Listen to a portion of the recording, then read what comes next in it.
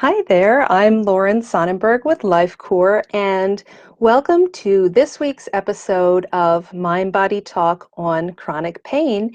And today we are talking about recognizing specific bio-emotional conflicts related to bone and joint pain. So, in part, this is a continuation of our last two episodes. We talked about German New Medicine, or GNM, and arthritis, and then we went into a little bit more depth and did some comparative looking in the last week's episode. So, what we wanted to do today, what the plan was, is to really go more in depth and look at the specific types of, we had introduced the term self-devaluation conflicts, and I'm going to briefly redefine that for those of you who are brand new. Maybe you've never seen any of the Mind Body Talk episodes before, and to bring you up to speed with German New Medicine and the basics there. So then we'll dive in though and look at the specific types of self-devaluation conflicts that we can experience from head to toe.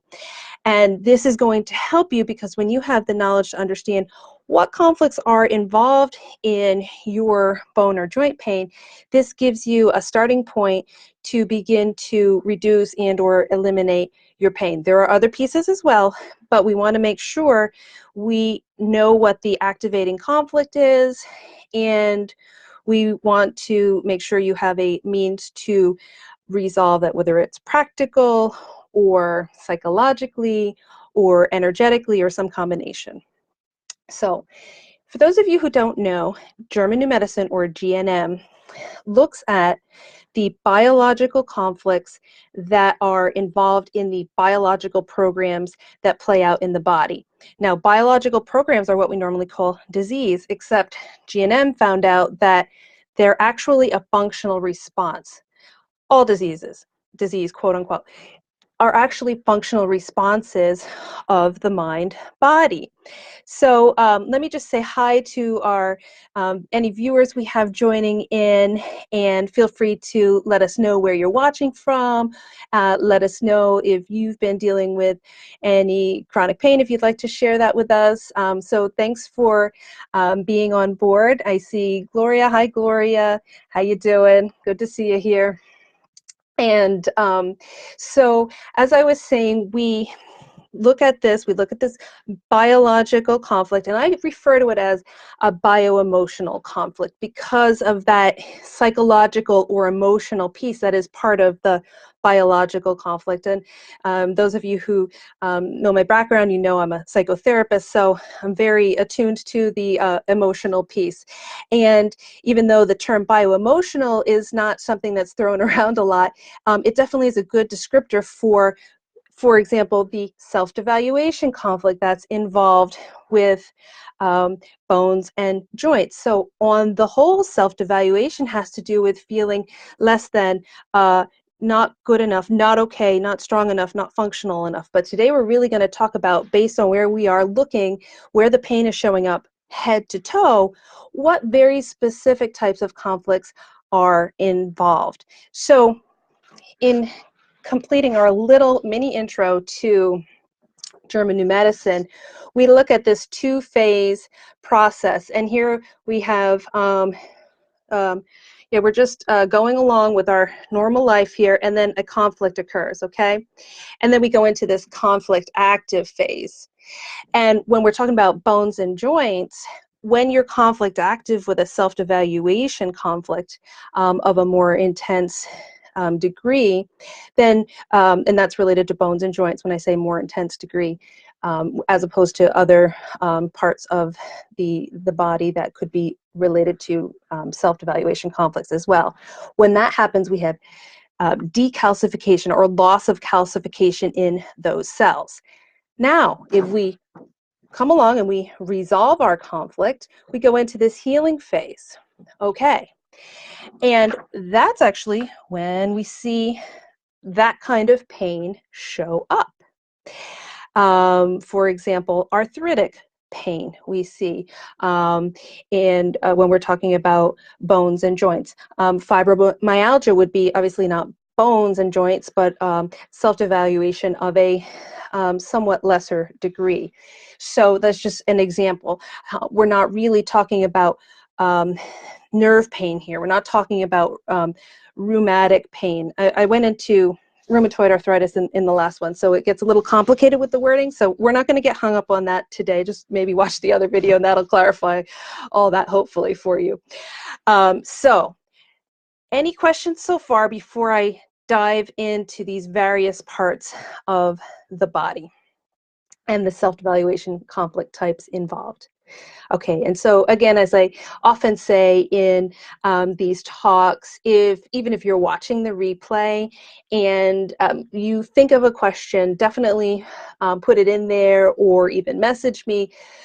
Because I want to make sure you are getting an understanding of this. And I do try to be thorough without being overly thorough, because I know people's time is limited, but I may not cover everything. Like even head to toe with the skeleton today, I'm not going to cover every single bone or joint in the body because we'd be here for a long time. So, but I'm going to be pretty thorough. So let's start with the skull and the cervical spine. And that has to do with an intellectual self-devaluation conflict. Now, what does that mean? Making a mistake, failing at an intellectual task, maybe at work or at school, condescending remarks or put downs, especially related to a person's intelligence, like you're so stupid or you're dumb, or even thinking that within yourself, even if somebody didn't say it to you. Thinking you're maybe slow at math, for example.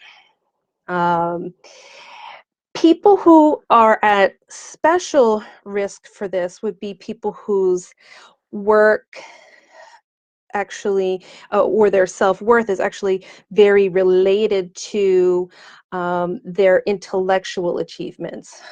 Obviously, if you're somebody in academia, you could be more prone to this potentially, not necessarily. People who have a lot of negative self-talk, I'm not smart enough. There's a great example. Could also be fear of failing. Or even, and this seems a little bit not on par with the other ones, but unexpected injustice. Like, this is not fair. Okay, let's move on to the face. This has to do with your feeling less than in terms of your look or your reputation, how you're perceived. And this could stem from a lot of different reasons, but that in general is the self-devaluation conflict related to the face. Hi, Elise, how are you? Good to see you on here. And we have then the jawbones, not being able to bite down. That's a self-devaluation conflict, not being strong enough in that area or able to either literally or figuratively bite back. Remember, all of these rules apply to the animal kingdom as well, not just human beings. So if you're constantly in verbal fights or arguing, especially when it's a person who is like you're somehow weaker in authority to them, like a child to a parent, or an employee to an employer, or a boss or supervisor. The whole big dog, little dog thing, and how that could be, big kid on the playground, little kid on the playground, that type of thing, where you have this differential. There are so many differentials there. Now, shoulders, upper arms, collarbone. This has to do with relationship self-devaluation complex. So what's that? If you feel like you failed as a partner could be a person that you're a romantic partner with, or the person could be really any other partner, or you could be talking about feeling that you failed as a parent, feeling that you failed as a son or daughter. It could even be a teammate, for example. I let the team down, that type of thing could be. And often related to guilt and self-blame in regards to that relationship. can also be not able to hold on to somebody. And if you think of, you're a basketball player, there's 3 seconds left in the game, and you're ready to, and you could win the game, and it's like a 3-point, and you miss, and like your whole team's let down, and everybody's, oh. Now, I'm not saying every time that happens, a person then suffers a self-devaluation conflict that impacts them on the level that they're going to have physical pain after they start to resolve the issue, but it could. So that's just an example of how sports performance related to shoulders, upper arms, that type of thing can show up with the self-devaluation conflict.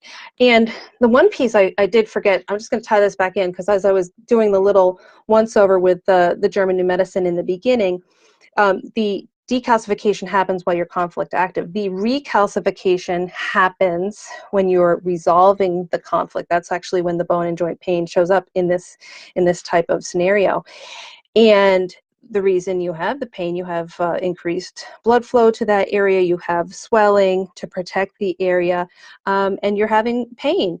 You're literally regrowing some of those cells. It's recalcifying. So it's replenishing. Let's just say that those cells are getting stronger. That part of the body's re-strengthening. That's why it's trying to be stronger than it was before, so that functionally you're more able to deal with this conflict should it show up again. So that's how amazing this programming is.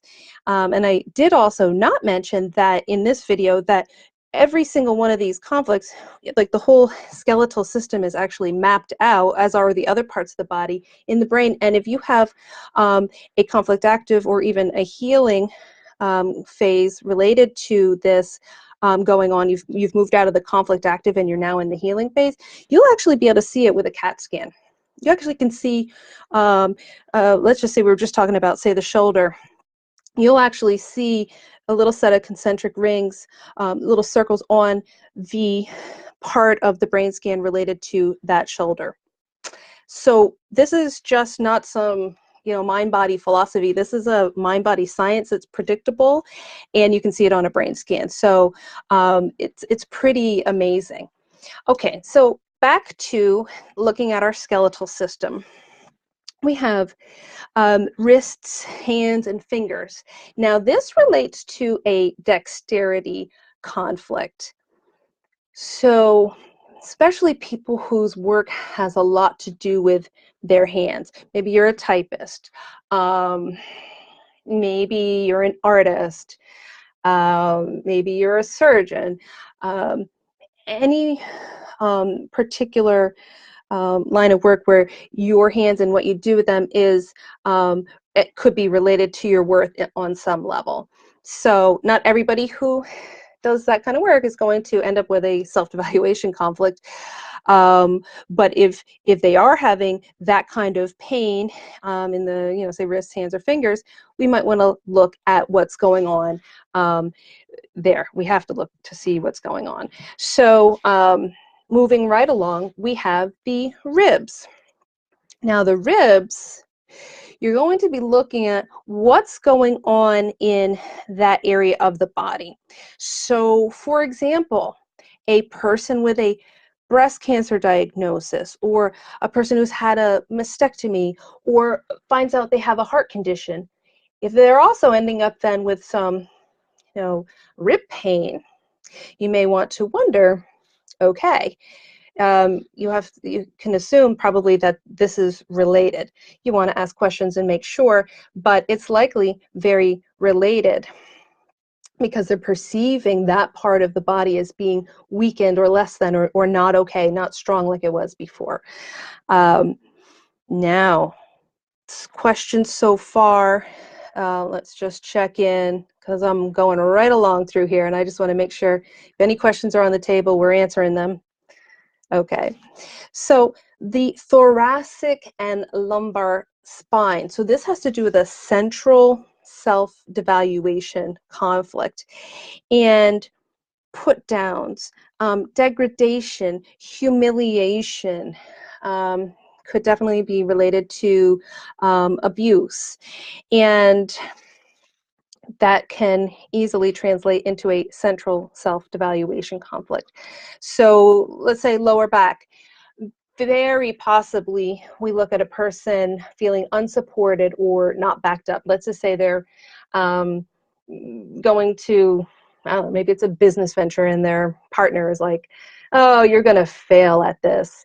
Well, okay, that could be internalized as a self-devaluation conflict.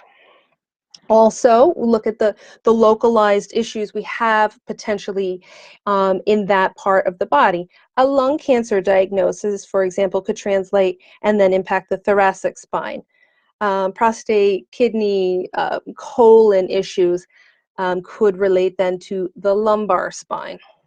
How about constant abdominal pain or frequent menstrual pain? Um, this could then impact the closest vertebrae. Now, moving right along, we're about halfway through. So we have the pelvis and the pubic bone. And so probably not too surprising here, but in that area of the body, we're talking about sexual self-devaluation conflicts. Certainly, if there's sexual abuse involved, you could see pain coming up in the bones of the body there, pelvic and the pubic bone. Erectile dysfunction, not feeling like you performed well sexually. Finding out a partner had an affair, inability to get pregnant, miscarriages, hysterectomy, prostate diagnosis, surgery in the area, urinary incontinence, all of those can show up as self-devaluations in that part of the body. Okay. So we have next, we're going to talk about the tailbone and the sacrum. This is a self-devaluation conflict related to the buttocks. So now, we were just talking about sexual self-devaluation conflicts, but if we use the Latin term autergo or doggy style sex, if that's perceived as humiliating for a person, you could suffer a self-devaluation conflict in the tailbone and sacral area. Pain during intercourse could be internalized as a self-devaluation conflict. And then localized symptoms like hemorrhoids, chronic diarrhea, vaginal dryness, depending upon your interpretation of those could be seen as self-devaluation conflicts in that part of the body. Now, here's a term, the ischial bone. So this is, the hip is a pretty complicated bone, I guess. And the lower and back part of the hip is then considered the ischial bone. And the self-devaluation conflict related here is the inability to possess something or sit on it. That sounds like for many people, it probably seems like maybe I don't really quite get that one. That's maybe because a lot of times we're not going to put these things into words. Like, I mean, unless a person knows German New Medicine, no one's ever come to me and said, Lauren, I have a self-devaluation conflict, unless they know it. And then they start to use the term. But people will just use their regular words. And so if you're listening for that, or if it's yourself thinking about, okay, what's my conflict here? We have to listen to the words. We have to listen to exactly what's going on. Is a person feeling unable to do something or not strong enough to do something? So if I am, for example, unable to sit something out, unable to keep my place, for example. And remember, this also happens in the animal kingdom. So you know, you could be talking about your desk, your car, a bike, a horse even. What can't you sit out? And I'm not saying that if you're at a meeting and you put down your pen and your phone and you go over to get coffee and you come back and somebody actually took your seat, will this internalize as a self-devaluation conflict? I don't know. It could not. We don't know.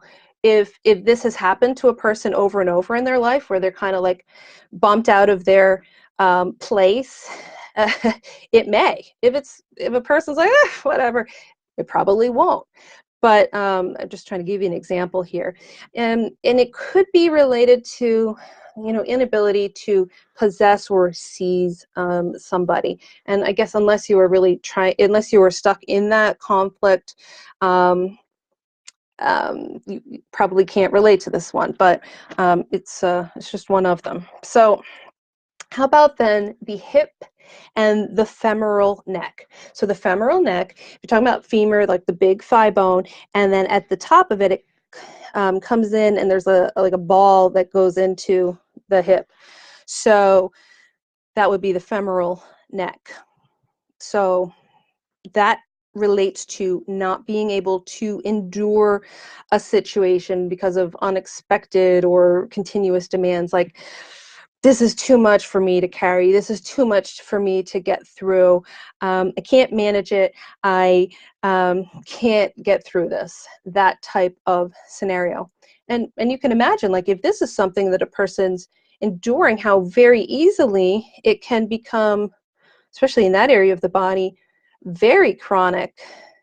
Because if you're having a lot of pain in that area, it probably is very hard to endure. So whatever the original conflict is, it could be very easily perpetuated. But then again, many of the other ones can be as well too, because sometimes it's not even the original conflict that's reactivated, but sometimes it's the pain itself that sparks these other conflicts and then makes a person feel self-devalued. So it's just this vicious cycle unless you know how to break it, unless you know what to look for, which is why we're talking about identifying the specific types of conflicts today. Oh, thank you, Elise. I just saw your comment. Thanks for your comment there. I'm glad the information's helpful. And moving on down, the femur is related to a physical performance self-devaluation. This could very well relate to sports. Doesn't have to, but it could. Now, how about knees and lower legs? This is also a physical performance self-devaluation conflict, like anything related to walking, climbing stairs, not being able to keep up, poor sports performance. For example, what if a person is benched? This could be internalized as a self-devaluation conflict. Put downs by a coach, like, you suck, or a parent yelling, something to a kid at a baseball game. That's a put down. You should have, been able to reach the base, or whatever is said. And, kids are very fragile, but so are adults. So our words have power. They really do. And unless a person has had some experience with overcoming these types of self-devaluation conflicts, and they have some new self-talk in place, and or people supporting them through it and kind of countering what's said, it can hit a person pretty hard. Life slings and arrows, they do hit people hard, especially when we're not prepared. And that's partly why the biological response is to make a person better able to handle it, even if you don't get therapy. It's pretty interesting how this works. So it could also be a person who maybe put on a lot of weight and they're having a harder time walking around, or maybe somebody who's pretty pregnant and it's harder to navigate stairs, for example, or get up and down stairs, or get in and out of the car. That could be a pretty good example of this. And we're almost done. We're almost wrapping it up. But we have feet, ankles, heels, and toes. Not surprisingly, not being able to walk, run, jump, dance, balance, kick someone away in defense, for example. And then the underside of the heel. I can't crush or stamp this person out. Inability to do so. And that's it. There are some more. We didn't go over every single one, but that gives you a really good sense. If I didn't go over a part of the body that you were hoping I was going to, by all means, put it in the comments, and I will give you more information on that. Or feel free to reach out and contact me. And if anyone has been suffering chronic pain and they want to join my free Mind Body Chronic Pain Empowerment group, we talk about these G&M concepts and empowerment mindsets and different techniques that help support chronic pain healing. By all means, click the link above. There's a link to G&M for you to start learning more about that as well if you're new to it, or just want to go deeper with your knowledge around it. So, and you can also schedule a free 15-minute consultation if you want to see how it is that I can help you with your concerns. So thanks again for watching.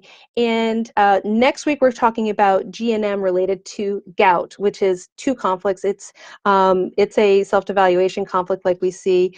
Same with arthritis, except there's one other conflict that's involved too. So there's two that are going on with gout. So hopefully you can join us next week, or if you know somebody who's been suffering with gout, definitely let them know about this, and hopefully they can tune in as well. All right, see you next week. Bye-bye.